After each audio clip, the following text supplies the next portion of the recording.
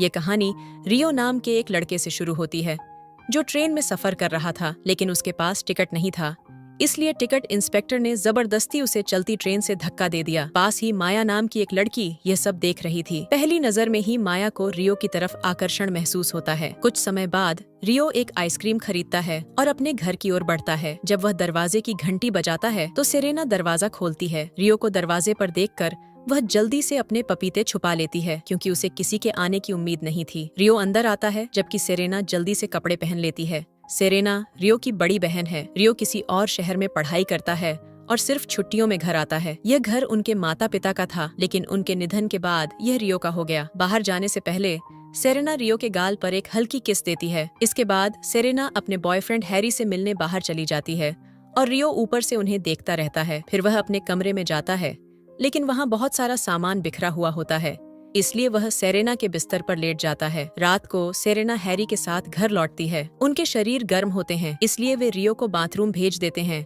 और बिस्तर गर्म करने लगते हैं। रियो आखिरकार बाथरूम में ही सो जाता है। अगली सुबह हैरी जा चुका होता है। नाश्ते की टेबल पर सेरेना रियो से कहती है कि वह हैरी से गहरा प्यार करती है और वे जल्द ही शादी करने की योजना बना रहे हैं। नाश्ते के बाद रियो अपने पुराने स्कूल कुछ काम के लिए जाता है। माया भी उसी स्कूल में पढ़ती है। रियो को देखते ही वह उत्साहित होकर अपनी सहेली से कहती है, मैं इससे शादी करूंगी, ये मेरा भविष्य का पति है। ये कहकर वह घर चली जाती है। उसी दिन माया के घर कुछ मेहमान आए हुए थे। उनमें एक आदमी जॉन भी था। वो अपने गन्ने का रस उसकी गुफा में निचोड़ना चाहता था। उसने माया के करीब जाने की कोशिश की, लेकिन माया ने उसका मजाक उड़ाया और घर के अंदर चली गई। उधर हैरी रियो से दोस्ती करने की कोशिश कर रहा था, लेकिन रियो के दोस्त ने पहले ही उसे आगाह कर दिया था कि हैरी शादीशुदा है और उसके 2 बच्चे हैं। रियो ने यह बात अपनी बहन सेरेना को बताई, लेकिन सेरेना पहले से ही इस बात से वाकिफ थी। जब रियो ने हैरी के बारे में बुरा भला कहा तो सेरेना को गुस्सा आ गया। सेरेना ने हैरी का सामना करते हुए कहा, मुझे पता है कि तुम मेरे कपड़े सूंघते हो और अजीब हरकतें करते हो। असलियत ये थी कि रियो उससे प्यार करता था। वह उसके साथ रहना चाहता था, लेकिन उसकी हरकतों से सेरेना नाराज हो गई और उसने उसे घर से बाहर निकाल दिया। उस दिन सेरेना की बातों से रियो बहुत आहत हुआ। वह निराश होकर अपना सामान पैक करने लगा, लेकिन जैसे ही वह जाने वाला था, सेरेना ने उसे रोक लिया। पहले भी वह उसे घर से निकाल चुकी थी, लेकिन बाद में उसे पछतावा हुआ था। इस बार उसने माफी मांगी और उसे रुकने के लिए मना लिया। दोनों भाई बहन एक दूसरे से लिपट कर रो पड़े। सेरेना की आर्थिक स्थिति बेहद खराब थी।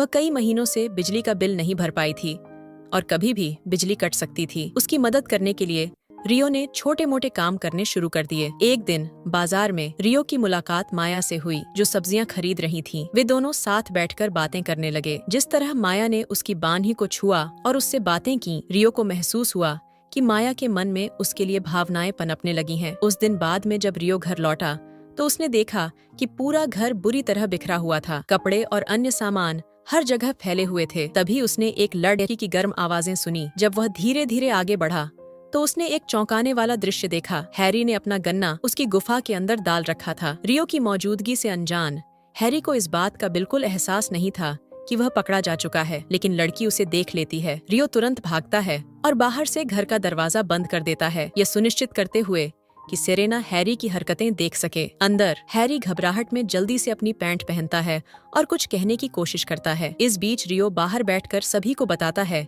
कि हैरी ने क्या किया। थोड़ी देर बाद सेरेना काम से लौटती है। हैरी खुद को समझाने की कोशिश करता है, लेकिन सेरेना बिना किसी देरी के उससे रिश्ता तोड़ देती है। उनके ब्रेकअप को देखकर रियो बहुत खुश होता है। बिजली का बिल न भरने के कारण उनके घर की बिजली काट दी जाती है। अगले दिन रियो कुछ पैसे कमाने के लिए पर्चे बांटता है। उसी दौरान एक बार फिर माया उसे देख लेती है। रियो को अलग अलग काम करते देख माया समझ जाती है कि वह पैसे के लिए बहुत परेशान है। बावजूद इसके कि घर में बिजली नहीं थी, रियो और उसकी बहन खुशी खुशी अपने दिन बिताते हैं। अगले दिन रियो अपने मालिक से कुछ पैसे उधार लेता है ताकि बिजली का बिल भर सके, लेकिन फिर भी उसकी पूरी रकम नहीं जुट पाती। बाद में वह काम की तलाश में माया के घर जाता है, लेकिन रास्ते में कुछ गुंडे उसे पकड़ लेते हैं और उसकी पिटाई करने लगते हैं। ठीक उसी समय माया वहाँ पहुँचती है और उसकी मदद करती है। जब वह पूछती है कि वह यहाँ क्यों आया है, तो रियो बताता है कि उसे पैसों की जरूरत है और वह दिन रात काम करने के लिए तैयार है। यह सुनकर माया चुपके से अपने पिता की जेब से पैसे चुरा लेती है और रियो को दे देती है। एहसानमंद होकर रियो उससे कहता है, मैं इस एहसान को कभी नहीं भूलूंगा। अगर तुम्हें कभी मेरी जरूरत पड़े तो मैं हमेशा तुम्हारे लिए हाजिर रहूंगा। यह कहकर वह घर लौटता है और सेरेना के जूते चमकाने लगता है। कुछ ही देर बाद सेरेना काम से लौटती है और अपने चमकते हुए जूते देखकर हैरान रह जाती है। बाद में जब वह कपड़े बदल रही होती है तो अपना कमरा खुला छोड़ देती है। यह देखकर रियो को एक अजीब सा एहसास होता है, लेकिन वह तुरंत उठकर दरवाजा बंद कर देता है। इसी बीच माया के घर पर उसके पिता उसकी शादी की बात कर रहे होते हैं। वह फैसला करते हैं कि माया की शादी उनके अमीर दोस्त जॉन से कर दी जाए, लेकिन माया साफ इनकार कर देती है और दृढ़ता से कहती है, मैं किसी और से प्यार करती हूँ और उसी से शादी करूंगी। ये कहकर वह अपनी माँ के घर पहुँचती है। उस रात जब सेरेना घर लौटती है और फ्रिज खोलकर कुछ खाने के लिए देखती है तो अंदर रोशनी जलती हुई देखकर हैरान रह जाती है। उत्सुकता से वह जल्दी से घर की बाकी लाइटें जलाती है। दूसरी ओर दूर से यह सब देख रहा रियो उसकी खुशी देखकर बेहद खुश होता है। उसने सेरेना के चेहरे पर यह मुस्कान लाने के लिए एक छोटा सा सरप्राइज प्लान किया था। खुश होकर वह जल्दी से आइसक्रीम उठाता है और दौड़कर घर पहुंचता है। उसी वक्त सेरेना नहा रही होती है। जब रियो आता है तो वह उसे आइसक्रीम पकड़ाते हुए कहता है, मैंने बिजली का बिल भर दिया। ये सुनकर सेरेना खुशी से झूम उठती है। वह नहाते नहाते ही आइसक्रीम खाने लगती है। तभी दरवाजे पर दस्तक होती है। बाहर माया खड़ी होती है जो काफी परेशान दिख रही होती है। वह रियो से कुछ जरूरी बात करना चाहती है, लेकिन रियो उसे नजरअंदाज कर देता है क्योंकि इस वक्त उसका पूरा ध्यान सेरेना के करीब आने में लगा होता है।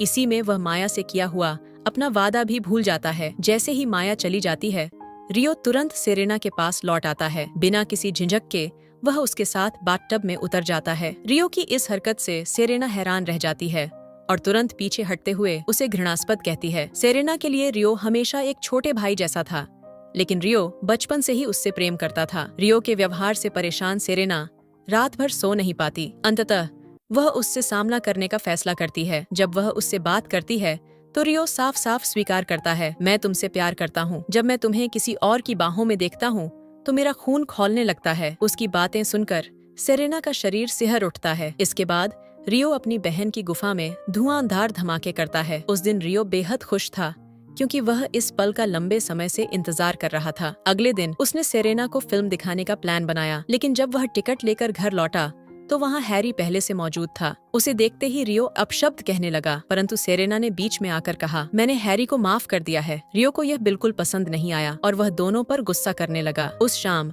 सेरेना अपने बॉस की पार्टी में हैरी के साथ गई। वहाँ उसका बॉस नशे में धुत था और उसने सेरेना को अनुचित तरीके से छूना शुरू कर दिया, जिससे वह असहज हो गई। इस स्थिति से परेशान होकर उसने हैरी से मदद मांगी, लेकिन हैरी ने उसकी मदद करने के बजाय कंधे उचकाते हुए कहा, बॉस तुम्हें बहुत पसंद करता है, अगर तुम उसका साथ दोगी तो वह खुश होगा और शायद मुझे प्रमोशन भी दे दे। सेरेना को झटका लगा। उसने कभी नहीं सोचा था कि हैरी ऐसा बोल सकता है। वह खुद को संभालने के लिए वॉशरूम चली गई, लेकिन हैरी उसके पीछे आ गया। पहले तो उसने मीठी बातें करके उसे मनाने की कोशिश की, लेकिन जब सेरेना ने उसकी बात नहीं मानी तो वह हिंसक हो गया और उसे मारने लगा। असल में हैरी ने सेरेना को केवल अपने प्रमोशन के लिए इस्तेमाल किया था। वह चाहता था कि सेरेना उसके बॉस को खुश करके उसे फायदा पहुंचाए। डरी हुई सेरेना तुरंत बाहर भागी और अपने बॉस की कार में जा बैठी। दूर खड़ा रियो यह सब चुपचाप देख रहा था, लेकिन जब बॉस ने कार के अंदर सेरेना के साथ जबरदस्ती करने की कोशिश की तो सेरेना का धैर्य जवाब दे गया। गुस्से में उसने कार का दरवाजा खोला,